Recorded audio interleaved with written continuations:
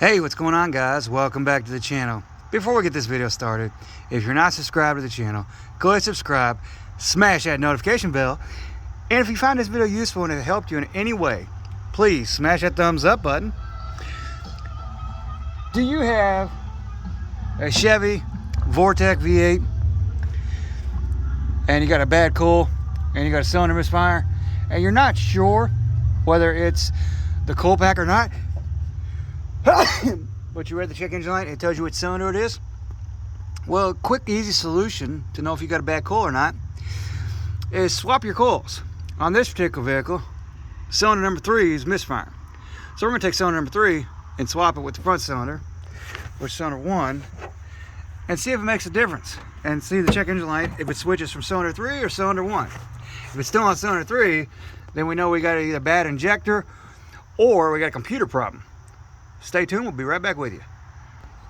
Alright guys, we got the coil swapped here. Put this one over on cylinder 3. Stick the bolts back in them, and be right back with you.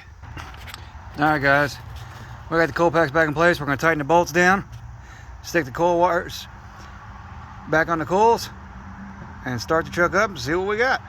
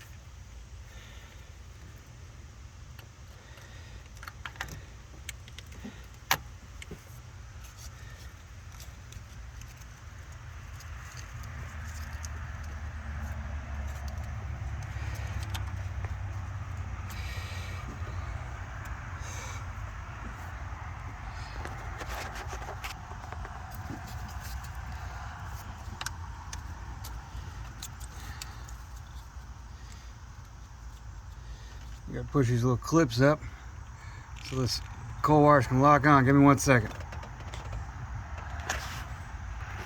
Alright guys, we got them back on there, got it all back together. We're gonna start the truck up, see what cylinder's misfiring. If you found this video helpful on how to tell you which coil pack is bad, please subscribe to the channel. You have a blessed day.